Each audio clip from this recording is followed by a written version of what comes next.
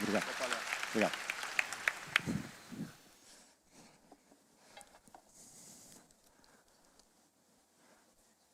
Não se trata de fazer o melhor café. Se trata de fazer o melhor através do café. Se você já foi abençoado hoje, diga amém. Amém. Como é um privilégio poder trabalhar e caminhar com senso de propósito nas empresas. Com senso de propósito que vá para além de lucro. Um propósito forte numa empresa traz significado, traz direção e traz resiliência. E como nós vamos falar agora, você vai precisar de muita resiliência ao longo do seu caminho. Hoje é um dia especial para mim, não só porque eu estou aqui conversando com vocês, trazendo uma mensagem sobre os desafios do empreendedor no Brasil, mas hoje é um dia especial porque hoje é o aniversário de 5 anos da minha terceira filha, a Sofia. E há cerca de um mês, eu estava andando de bicicleta com ela, eu caí junto com ela e quando a gente cai, a gente tem uma tendência de proteger o rosto, mas como estava com ela, o que eu fiz foi protegê-la com os meus braços. E por conta disso eu fui com a cara no chão, machuquei bastante o meu rosto e tive uma série de escoriações, machucados, que vocês podem ver aí agora. E eu postei uma foto como essa, todo machucado, e eu perguntei para as pessoas o que elas achavam que tinha acontecido comigo. E veja a resposta que eu recebi.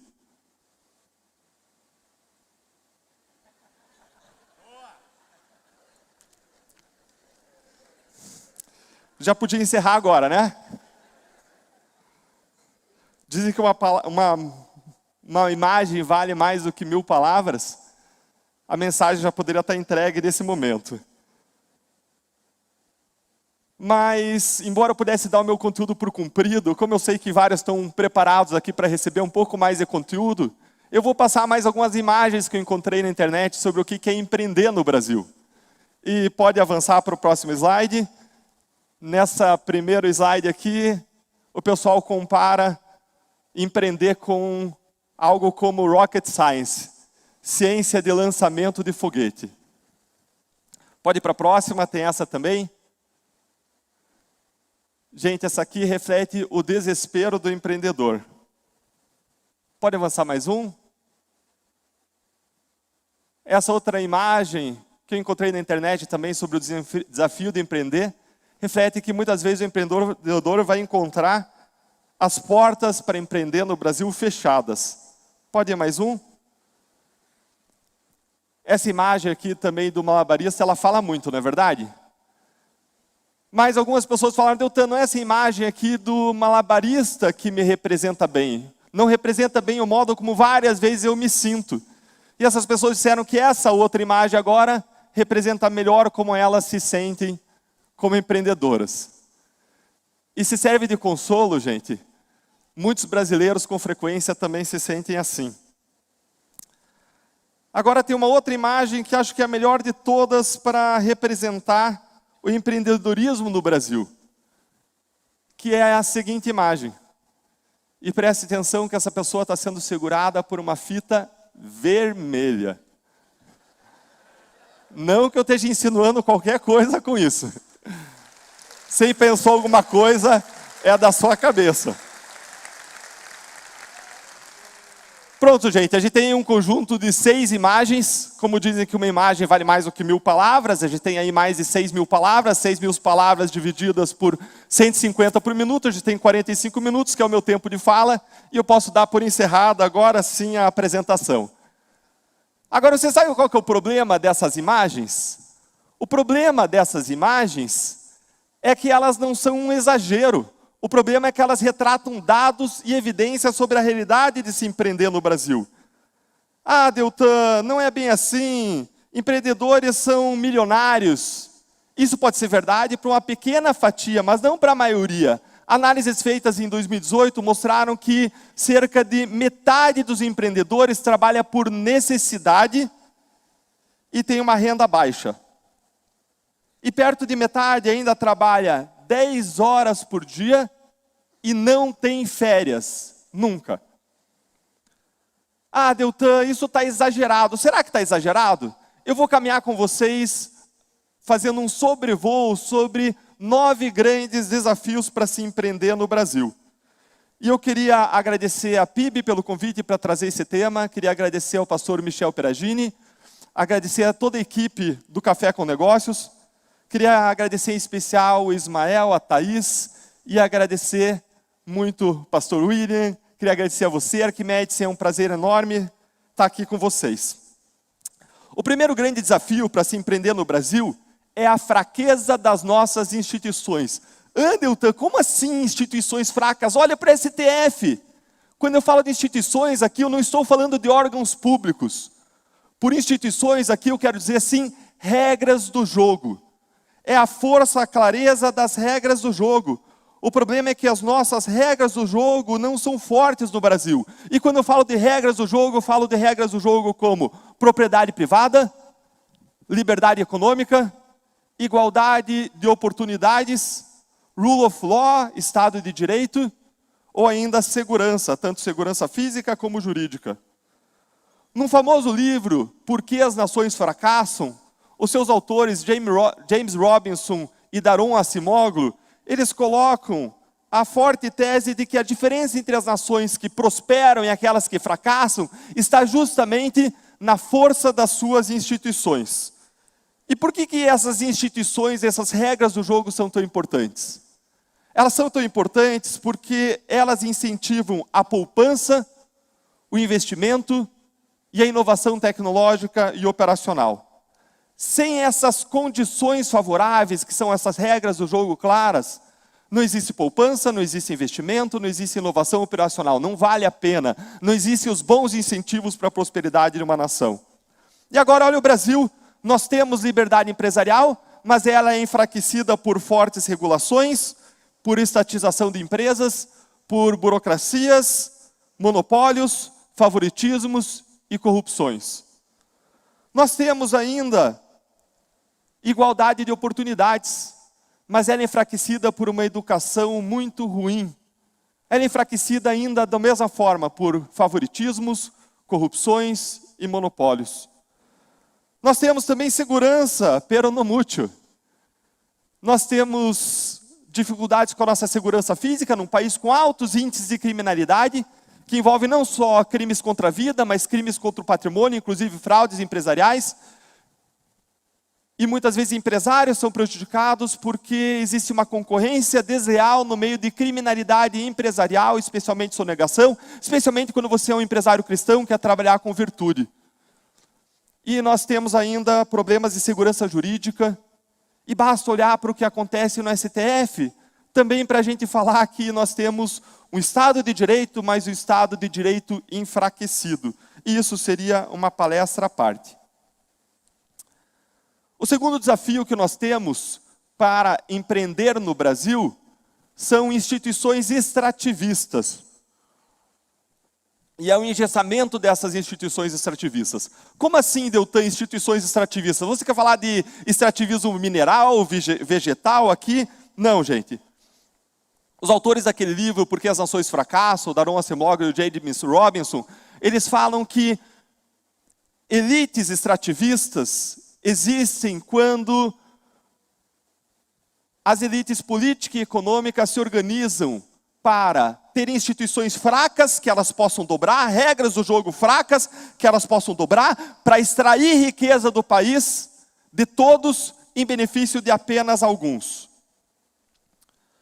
Como exemplos de extrativismo, nós temos monopólios, rentismos, privilégios e corrupção. E elites extrativistas, elas querem instituições fracas, porque são instituições que elas podem dobrar. As regras valem para os inimigos, para os outros. Para elas vale aquela famosa frase, você sabe com quem que você está falando? Mas além de instituições extrativistas, além de elites extrativistas, nós temos um segundo problema que é o engessamento delas. Se formam pactos oligárquicos em que certas elites se unem para extrair riqueza, para garantir a sua própria impunidade, e para se preservar, para não existir uma reciclagem, uma mudança. E por que Deltan isso é um problema? Isso é um problema porque isso impede que novas empresas inovem, cresçam e as substituam. Isso impede aquilo que alguns chamam de destruição criativa. E aquilo que a gente identificou na Lava Jato, se formavam clubes de empresas, de cartéis, clubes de políticos que impediam novos ascenderem por meio de inovação, por meio de serviços melhores prestados. Existiam setores, por isso, nas empresas, não de inovação tecnológica e operacional, mas setores de pagamento de propina. Valia mais a pena pagar propina do que inovar. Esse é o tipo de empresa que a gente quer que prospere. E depois que a Lava Jato revelou esse extrativismo, revelou essa corrupção, revelou esse engessamento, o que eles fizeram? Eles mudaram as regras do jogo para melhorar? Não! Eles geraram mais engessamento. Eles criaram um fundo eleitoral bilionário, distribuídos para eles mesmos, que impede a renovação das eleições, fazendo com que os empresários fiquem dependentes dos mesmos políticos, ainda que eles sejam corruptos. Eles criaram e aumentaram fundos partidários. Eles aumentaram emendas parlamentares, que hoje são de 132 milhões de reais por ano, por deputado federal, o que dificulta muito a reciclagem. Se criou orçamento secreto, e ainda se distribui o orçamento também não secreto, para garantir a perpetuação do poder. Fora todo o carguismo, a distribuição de cargos, que gera a aplicação ineficiente de recursos, não por critérios técnicos, mas de currais eleitorais. Tudo isso, gente, é o oposto de instituições inclusivas, de regras do jogo claras, fortes, de regras do jogo inclusivas que condicionam e que favorecem a prosperidade de uma nação. O terceiro desafio que nós temos para empreender no Brasil é o governo grátis. O que é o governo grátis? O governo grátis é uma expressão usada pelo economista Paulo Rabelo de Castro para designar aquele governo que distribui privilégios para todos, benefícios para todos, vantagens para todos e custos para ninguém. Gente, quem aí não quer um governo grátis? Quem aí não quer benefício para todo mundo e custo para ninguém? Eu quero. Agora, tem como isso acontecer? Existe almoço grátis? O problema é que não existe. Isso é um mito. Agora, isso é prometido eleição atrás de eleição, depois de eleição e mais. O problema é que isso é implementado em política pública, com amplas gastanças, um sistema de gastos irracional. E por que existe o governo grátis? O governo grátis existe como uma forma de ilusionismo político manipulador para alcançar o apoio das massas, para manter, perpetuar e expandir o poder. Para criar uma imagem de um líder amoroso, carismático, que cuida das pessoas, que distribui vantagens aos cidadãos sem qualquer sacrifício aos demais. Como se isso fosse possível, como diz o Paulo Rabelo, isso é um instrumento de manutenção e de ampliação do poder. E qual que é o efeito que tem o governo grátis? Gente, o governo grátis é o governo que gasta, gasta, gasta, gasta, gasta. E qual que é o efeito disso? O efeito disso é déficit público, você gasta mais do que você recebe. O efeito disso é aumento da dívida pública. O efeito disso é aumento da carga tributária sobre os empreendedores. E o efeito disso é o sufocamento do empreendedorismo. Eu gostaria de ler um trecho para vocês desse livro do Paulo Rabelo. E esse trecho diz o seguinte: a concepção do regime do governo grátis é muito simples. Tirar de quem pode e repassar uma parte, é claro, para quem precisa ou diz precisar. E logo vai se formar uma longa fila de candidatos a participar desse último grupo, o grupo dos necessitados. E, gente, é um reflexo natural dos incentivos à inação que de pronto se instalam na sociedade a partir do governo grátis. Isso não é um defeito do tecido social, diz ele. É uma mera resposta de qualquer sociedade atenta aos estímulos recebidos das instituições do governo. E os mais produtivos entre os cidadãos serão aqueles que normalmente vão ser selecionados a pagar a conta dessa mágica social. E tentarão se defender conforme o seu caráter. Os mais empreendedores vão reagir com ainda mais empenho no trabalho e com a busca de mais produtividade, de modo a reequilibrar a equação do excesso do imposto a que eles são submetidos. E o final desse mecanismo será, no entanto, o declínio inapelável da capacidade de trabalho e de contribuição dos elementos mais produtivos da sociedade. Não haverá mais poupança, inovação ou muito menos criação de valor. Finalmente haverá a falência do empreendedorismo. Mas será uma falência lenta, diz ele. Daí o emprego da palavra declínio para expressar com clareza a lenta subjugação do espírito empreendedor de um povo ao ditame do governo grátis. O governo grátis é o inimigo número 1 da prosperidade e da maior riqueza para todos, diz ele. Quando nós temos um governo grátis, existe um amplo gasto com serviços, com benefícios, existe um baixo gasto com investimento, porque isso não gera tanto benefício eleitoral. E quando você deixa de investir em infraestrutura, você está deixando de investir naquilo que mais gera desenvolvimento no país no curto prazo. Nós temos um governo grátis.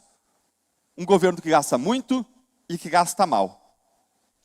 O quarto obstáculo para se empreender no Brasil é uma justiça cara, é uma justiça que promove insegurança jurídica e é uma justiça inefetiva. Nós temos a justiça mais cara do mundo, segundo estudos. Para citar só um estudo da UFSC, que analisou 50 nações ao redor do mundo. Hoje, a nossa justiça custa 1,5% do PIB. 100 bilhões de reais por ano, mais do que isso. Quando você vê aqui no gráfico um valor um pouco menor, é porque esse gráfico é de alguns anos atrás. Hoje aumentou para 1,5% do PIB. Isso é muito mais do que a média da OCDE, dos países ricos, que gastam 0,5% do seu PIB. Nós gastamos várias vezes mais do que superpotências, como Estados Unidos e Alemanha. Gente, faz sentido isso? Além de cara, a gente tem uma justiça que não entrega o mais básico que uma justiça tem que entregar, que é a segurança jurídica. Nós temos 4 instâncias de julgamento e cada juiz decide como quer. Cada tribunal ou cada órgão dentro do tribunal decide como quer. Existem muitas incoerências e decisões divergentes. E aí pense você como empresário, você tem uma regra tributária. Agora existem várias interpretações para aquela regra tributária. E qual é a interpretação que você vai seguir? É a de um juiz, é a do outro juiz, é a do tribunal, é do STJ, é do STF. E aí você decide seguir a do Tribunal de Justiça do teu estado. E você vende para vários estados, isso pode dar problema em vários estados, mas aí você segue uma. E pior, a gente não só não tem respeito das decisões dos tribunais inferiores às dos superiores, mas não existe respeito às suas próprias decisões. E de repente muda a composição daquela turma e muda a decisão. A interpretação da lei muda tanto na forma da sua aplicação que é mais difícil entender a interpretação e aplicação da lei no Brasil do que é entender o clima em Curitiba, gente. E olha que aqui em Curitiba você pode aplicar aquele ditado de Boston, que se você não gosta do tempo, espere 5 minutos. Mas então, por que a insegurança jurídica é um desafio tão grande para o empreendedor? Porque insegurança jurídica insere um componente de imprevisibilidade. Imprevisibilidade dos riscos. Você segue uma regra que você acredita que você está seguindo, fiscal, só que você sabe que pode ser interpretação diferente e você se ferrar. Então você tem que fazer uma reserva de capital que você não pode investir, você não pode mexer. E existe um risco que você vai colocar no preço do produto, o que gera uma alocação ineficiente de recursos na economia. Além de cara e promotora de insegurança jurídica, a nossa justiça ela é inefetiva. No ranking de efetividade do World Justice Project de 2022, nós ficamos na posição 81 dentre 140 países. E quando você olha para a efetividade da justiça criminal, nós somos a 8ª pior do mundo. Vejam também, gente, esses gráficos aqui, pode passar para frente, esses gráficos que mostram várias dimensões da efetividade da justiça. Primeiro no Brasil, depois no Uruguai e na Dinamarca. Quanto maior é a área, maior é a efetividade da justiça nas suas diferentes direções. Compara aí o tamanho da área do Brasil com o Uruguai e a Dinamarca, isso já mostra muito bem do que a gente está falando. E uma justiça inefetiva é o paraíso para os devedores e é o pesadelo para os credores. O quinto desafio para empreender no Brasil é o excesso de burocracia. um estudo do TMF Group feito com 77 países, classificou o Brasil, adivinha em que posição? Primeira posição. Orgulhosamente, ou talvez não tão orgulhosamente, nós estamos na primeira posição. O problema é que é a primeira posição do índice global de complexidade do negócio. Um outro estudo muito conhecido, que é o Doing Business, do Banco Mundial, mostrou que é mais difícil no Brasil você começar um negócio, você conseguir um alvará, você pagar impostos. É mais difícil no Brasil você registrar uma propriedade do que na maioria dos países da América Latina e da OCDE. Imagine, gente, se Noé morasse no Brasil. Noé que construiu a arca, e Deus manda ele construir a arca. Como que seria se Noé morasse hoje no Brasil de hoje? Tem esse quadrinho aqui que retrata um pouco isso. Então vem Deus e diz, Noé, o grande dia chegou então, onde é que está a arca? Aí ele mostra um pedaço de madeira e fala, ó, está aqui. Aí Deus fala, um pedaço de madeira? Ah, Deus, foi o máximo que eu consegui. Para fazer a arca, eu tive que abrir uma empresa. Foi mais de 1 ano de burocracia e enrolação. Mas no final, a prefeitura não liberou meu alvará. Isso depois de eu ter vendido a minha casa para pagar as altas taxas. Eu tentei continuar mesmo assim. Mas aí, o CREA me multou por eu não ter um engenheiro naval na construção. E o banco não cedeu empréstimo. E agora eu estou sendo processado pelo IBAMA por tráfico de animais. Tirando o corpo de bombeiros, a Receita, a FEPAME, o sindicato. E aí Deus diz o seguinte, olha, vamos fazer o seguinte.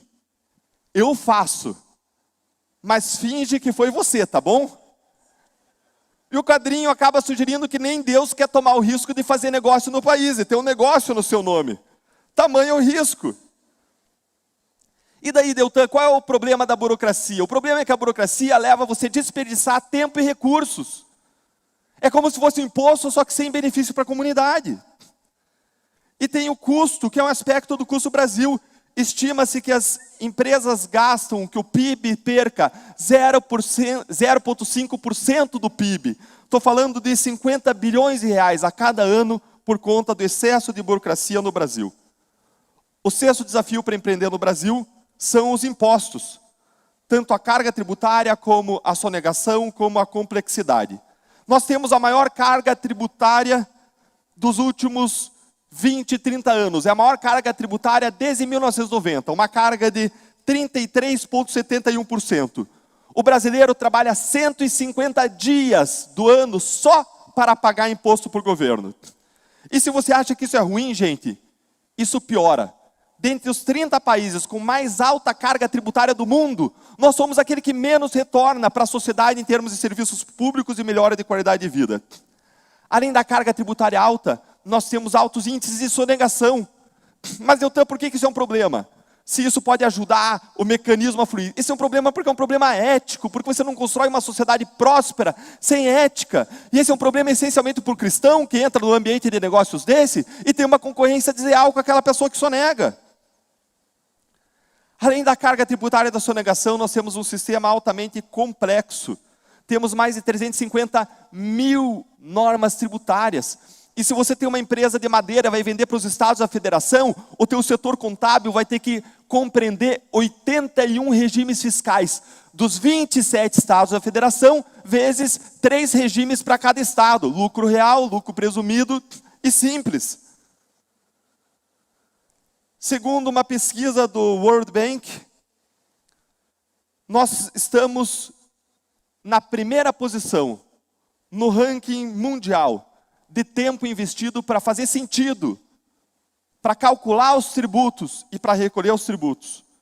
Nossas empresas investem em média 1.500 horas por ano, 9 vezes mais do que os países da OCDE. Isso custa para as empresas, em média, 1,5% do seu faturamento. O sétimo desafio para empreender no Brasil são as leis trabalhistas, que têm encargos altos. Elas superprotegem e, ao mesmo tempo, desprotegem o trabalhador. E, além de tudo, ensejam uma alta litigância. Quando eu falo de encargos, eu estou falando que um empregado no Brasil chega a custar para uma empresa mais 90% do salário dele em encargos. Não tem nada parecido no mundo. Isso é 10 vezes mais do que os Estados Unidos, onde é 9% o valor dos encargos. Isso é mais de 4 vezes mais o valor da Alemanha, onde o percentual dos encargos é de 20%.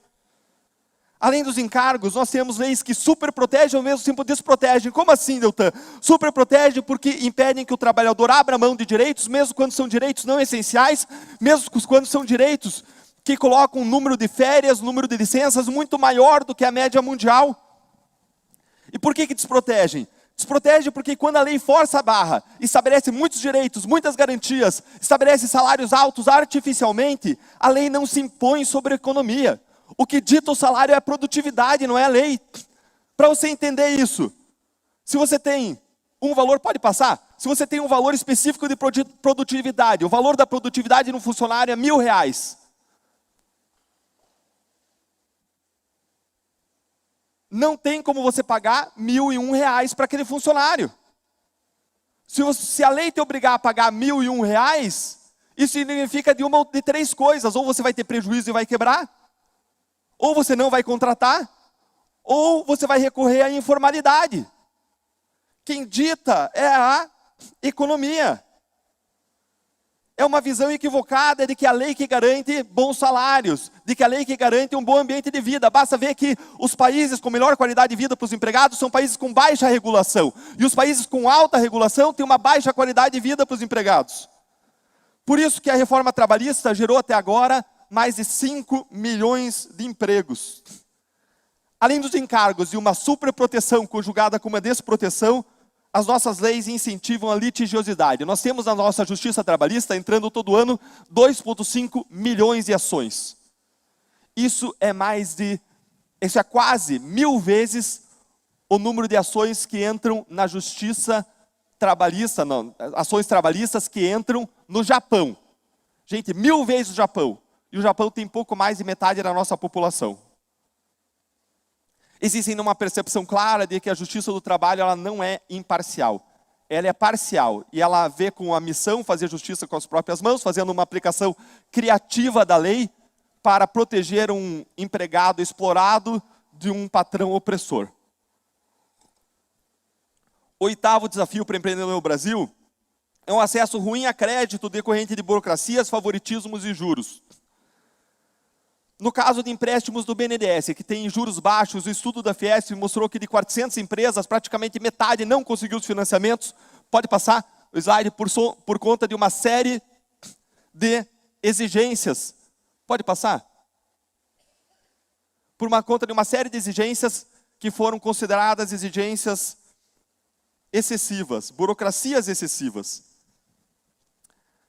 Agora, para além dessas burocracias excessivas, nós observamos que o Brasil é um dos países que mais dá empréstimos subsidiados. Pode passar o slide, por favor? É um dos países que mais dá empréstimos subsidiados. E o que a gente constatou na Lava Jato é que muitas vezes dificuldades são criadas para vender facilidades.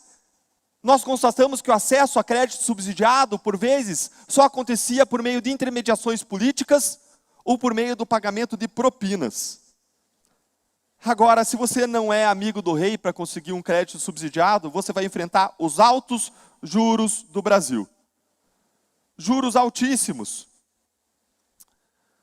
Esse é apontado como a principal dificuldade para a obtenção de crédito pela CNI, numa pesquisa agora de 2023. E por que os juros são altos no Brasil? Por 3 razões. A primeira razão é que nós temos uma Selic alta. A Selic é a taxa de juros fixada pelo Banco Central. A nossa Selic está em cerca de 13%. E por que essa Selic determina o juro que o banco vai usar para te emprestar? Porque o banco não vai emprestar para você por um percentual menor do que a Selic, porque a alternativa dele é ir emprestar para o governo e ganhar a Selic. A Selic é a taxa de juros que o governo paga nos títulos dele. E você investe nesses títulos quando você coloca lá teu dinheiro num fundo de renda fixa. O banco vai, pega esse dinheiro e compra títulos do Tesouro Direto, do Banco Central, e vai receber a remuneração do Selic, e vai te repassar a maior parte disso, e vai ficar com uma comissão. Então o banco não vai te emprestar nunca por menos do que a Selic. E por que no Brasil a Selic é tão alta? É simples.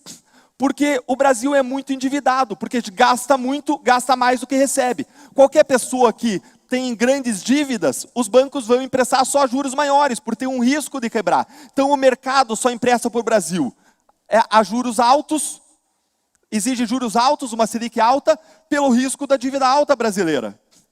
Em segundo lugar, a segunda razão pela qual os nossos juros são altos é porque nós temos um país com baixo nível de poupança. E a terceira razão pela qual, e a poupança, né, das pessoas é que é usada para fazer empréstimos. Essa é a segunda razão. E a terceira razão é porque nós temos uma baixa recuperação de créditos no Brasil. Isso é culpa da nossa justiça. Para cada real emprestado por um devedor insolvente, no Brasil, os credores conseguem recuperar, sabe quanto? 0,18 centavos. Ou seja, 18 centavos a cada real. Quando a média do OCDE é 82 centavos, é o contrário. Aqui, o credor recupera 18 e perde 82. Na OCDE, na média, recupera 82 e perde 18. E quando o banco sabe que vai perder, ele tem que colocar os juros altos para compensar. Por fim, em nono lugar, nós temos um ambiente de negócios difícil, desafiador, porque a gente tem uma baixa qualificação da nossa mão de obra. Num ranking da Organização Internacional do Trabalho, que avaliou 37 países, nós ficamos no penúltimo lugar no ponto, no quesito de qualificação do trabalho. Nós temos baixa qualificação. Baixa qualificação significa baixa produtividade. Baixa produtividade, baixo valor da produtividade significa baixo salário, baixa riqueza produzida. Nós precisamos no Brasil de 4 trabalhadores para ter a mesma produção do que um trabalhador norte-americano. 4 para 1. E por que a nossa qualificação é tão baixa? Por 2 razões. Em primeiro lugar, porque nós investimos pouco em ensino técnico. 11% dos nossos estudantes estão cursando ensino técnico, quando a média da OCDE é 44%. Em segundo lugar, o nosso ensino básico, regular, não técnico, é uma grande porcaria. No ranking que saiu agora, recentemente, nesse ano, ele apontou que nós estamos na posição 52 de 57 países no tocante à leitura dos alunos de 4ª série. E quando você pega o PISA de 2018, nós vemos que nós estamos entre os 20 últimos países nos quesitos, nos quesitos matemática, português e ciências, os 3 quesitos. Estamos nas últimas posições. Gente, como resumir tudo isso que a gente viu até agora? Em junho desse ano foi divulgada uma avaliação do ambiente de negócios de 64 países por uma escola suíça, o IMD, o Institute for Management Development. E qual foi o resultado? Nós estamos na 4ª posição. Vamos comemorar? Não, gente, estamos na 4ª pior posição. Nós ganhamos só da África do Sul, da Mongólia, da Venezuela e da Argentina. Aí tem gente que fala, ganhamos da Argentina pelo menos, né? Gente, olha como é que está a Argentina. Chegou aí a ter inflação de mais de 50% ao ano. Quanta dificuldade, gente. É muito desafio, não é verdade? Vocês viram, gente, como está bonito o meu PowerPoint hoje? Está bonito, não está? Deltan, não foi você que fez, hein? Para aqueles que ficam com saudades do meu PowerPoint raiz, do meu PowerPoint original, gente, aqui vai para vocês verem, ó. Então aí os grandes desafios do empreendedorismo no Brasil. Agora, quem que é o culpado? Quem que é a pessoa que está no centro disso? Quem é o grande culpado pelos desafios do nosso empreendedorismo? No PPT raiz, que vocês conhecem, o PowerPoint original, tem lá um culpado muito claro. Agora, nesse aqui, quem que é o culpado? Quem que vocês acham que é o culpado? Diga aí, gente. Quem? Quem é o culpado? É isso aí. O culpado são vocês, o culpado sou eu, o culpado somos nós. Nós somos culpados por meio dos representantes que nós elegemos e que tomam decisões que nos levam a esse quadro de grandes desafios do empreendedorismo. O problema é que nós elegemos pessoas corruptas, pessoas incompetentes, pessoas que colocam suas ideologias equivocadas acima de políticas públicas sobre evidências, acima das melhores visões internacionais. Para todos esses problemas que a gente abordou hoje, tem várias soluções consagradas em estudos de políticas públicas sobre evidências ou consagradas nas melhores experiências internacionais. E caminhando para o fim agora, eu quero fazer a seguinte pergunta. Em meio a esse ambiente desfavorável que existe, que o empreendedor precisa enfrentar, qual é a atitude sua, minha, como cristãos diante de tudo isso? Como que um cristão deve se comportar diante dos desafios do país? E o meu padrão bíblico, ao refletir sobre essa questão, é Neemias. Porque Neemias se deparou com um imenso desafio, uma cidade sem muros, Jerusalém com os muros derrubados, que poderia ser invadida a qualquer momento, espoliada, sofrendo violências patrimoniais, físicas contra os seus habitantes. E a primeira atitude de Neemias foi qual? A primeira atitude dele foi lamentar, foi chorar, foi doer, foi ter um coração de carne. Você tem tido um coração de carne, não um coração de pedra, diante dos desafios e dos problemas do Brasil? Mas Neemias não parou aí. A segunda atitude que Neemias teve, como a gente vê lá no livro de Neemias, foi jejuar e orar. Neemias jejuou, Neemias orou. E você, meu irmão, você tem jejuado, você tem orado diante dos desafios do país? Agora, como você sabe da história de Neemias, Neemias chorou, Neemias jejuou e orou, e Neemias disse, bom, então tá bom, fiz minha parte. E viveu a sua vida confortável de funcionário público real na corte. É isso que a história nos diz? Não, Neemias não parou aí. Neemias deu passos de fé. Ele, depois de ter orado, buscado a direção de Deus, ele agiu. Às vezes você está aí querendo que tua empresa vire uma borboleta. Você vê ela como uma lagarta, você quer que ela vire uma borboleta, então você está pedindo de Deus um milagre. Às vezes você está querendo que o nosso país melhore, vê o nosso país como uma lagarta, você quer que ele vire uma borboleta e você está pedindo um milagre. Mas meu irmão, Deus age por milagres e Deus age por processos. E não é assim em grande parte da nossa vida. Quando um filho quebra um braço, você jejua a hora e espera acontecer um milagre, ou você faz a tua parte. Quando seu filho vai estudar para o vestibular, você diz, não, jejua e ora e está tudo certo, ou você manda ele estudar. Deus age por milagres, mas Deus age por processos, meu irmão. Às vezes você está querendo um milagre de Deus, e Deus diz, eu também quero você uma borboleta, eu também quero a tua empresa uma borboleta, eu também quero o Brasil uma borboleta, mas meu irmão, você tem que passar por um processo. Tem que estudar, você tem que se preparar, você tem que arregaçar as mangas e tem que trabalhar. Isso vale para a saúde, isso vale para empreender, isso vale para os desafios do Brasil. Nós precisamos mudar esse clima que a gente viu desfavorável aos empreendedores. E o que nos trouxe até aqui, até os desafios que nós temos para o empreendedorismo, são, mais uma vez, políticos corruptos, políticos incompetentes, políticos que não se preparam e que colocam sua ideologia acima de políticas públicas sobre evidências das melhores experiências internacionais, limitados. E mais, como os empresários, muitas vezes os políticos honestos, têm que lidar com uma concorrência desonesta, que vai se corromper, que vai pegar propina e vai injetar nas suas campanhas, vai aparecer, vai brilhar.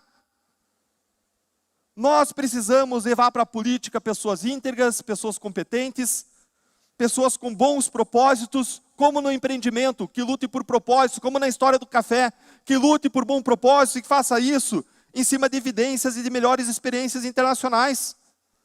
Para todos os problemas que a gente viu, gente, mais uma vez tem solução. Agora nós precisamos levar muitos políticos, não basta 1, 2, 5, 10, muitos políticos. Pessoas que decidam exercer o amor ao próximo em larga escala por meio da política. Que decidam ser sal e luz também por meio do caminho da política. Em Joinville, um empreendedor como vocês, um empresário bem sucedido, ele se sentiu chamado e ele respondeu a esse chamado para fazer a diferença por meio da política. E qual foi o resultado? O resultado é que ele foi lá, para todas as secretarias do governo, ele fez processo seletivo, escolheu pessoas técnicas, ele conseguiu colocar Joinville como a terceira cidade em ambiente de negócios, a gente está falando de ambiente de negócios, ele conseguiu colocar em terceiro lugar do país a cidade em ambiente de negócios para empreender. Porque ele decidiu fazer tudo com integridade, com competência, em cima de evidências, em cima das melhores experiências internacionais. Porque ele respondeu a um chamado, porque ele como empreendedor decidiu deixar por um tempo a empresa do lado, dar um passo à frente e fazer a diferença. Em Minas Gerais, um empresário como vocês se sentiu chamado, respondeu esse chamado e qual foi o resultado? Ele entrou lá e ele buscou as empresas que tinham contrato e disse: quem tem contrato e der 25% de desconto, eu vou manter. Quem não der, eu vou tirar. Com isso, ele economizou R$1 bilhão imediatamente, logo na entrada. Implementou uma gestão técnica que fez toda a diferença. E eu estou citando 2 políticos empreendedores que eu selecionei, porque são pessoas que eu conheço, que eu admiro, mas existem outros em diferentes partidos. O problema é que são poucos. São poucos.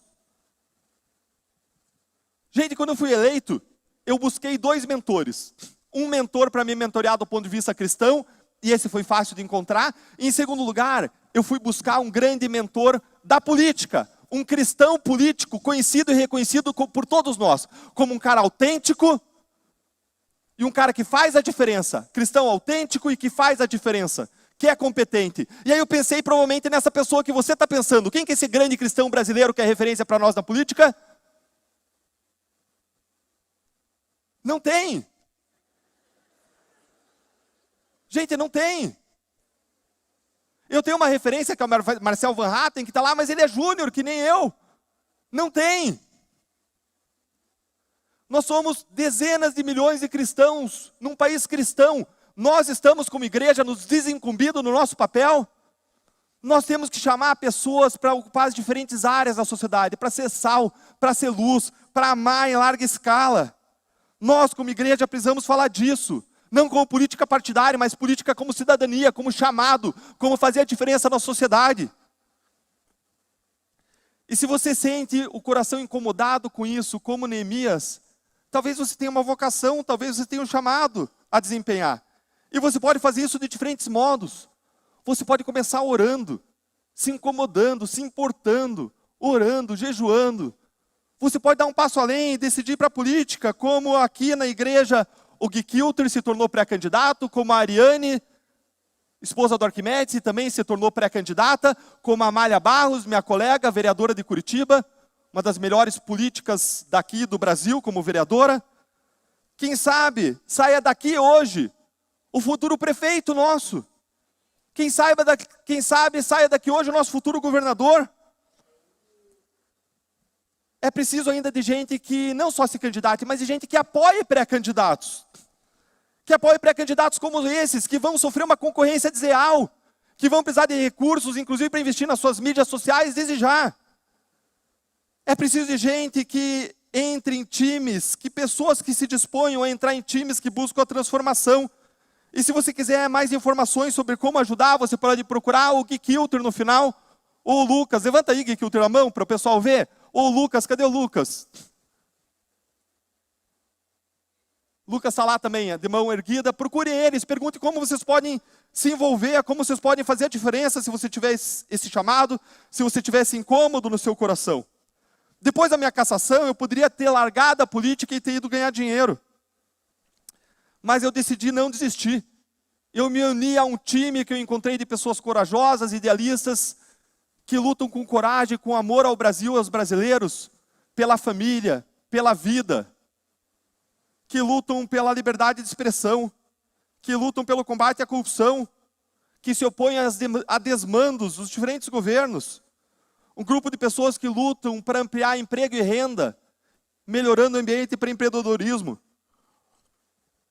Um grupo que luta contra bandido de todo tipo e luta para colocá-los na cadeia. Agora eu quero concluir voltando ao começo da história. No começo eu disse que hoje é um dia especial, não só porque eu estou com vocês, mas porque hoje é o aniversário da minha filha de 5 anos, a Sofia. E a Sofia nasceu em 2018, com uma menina linda, uma menina inteligente. E em 2020, quando ela tinha perto de 2 anos de idade, houve uma desorganização no cérebro dela, e ela passou a ter a condição de autismo. E se você usa um computador, é como se você apagasse todo o conteúdo do teu computador. Você pode manter lá os softwares, não todos, alguns softwares prejudicados, e você apaga todo o conteúdo do teu computador, do dia para a noite. Ela não olhava mais para os nossos olhos, ela não apontava mais, ela não sabia mais o nome das coisas, ela não conseguia mais aprender como ela aprendia antes. ela perdeu os mecanismos básicos do desenvolvimento de uma criança. Talvez seja uma experiência parecida com aqueles que têm um pai que vem a ter Alzheimer. E chega uma hora que você diz, não é mais a mesma pessoa que era antes, porque houve uma mudança naquele cérebro, naquela estrutura, e aquela pessoa nem parece mais a mesma porque não nos reconhece mais como reconhecia. E a reação naquele momento, minha, da Fernanda, foi de fazer o nosso melhor, foi de nos preparar.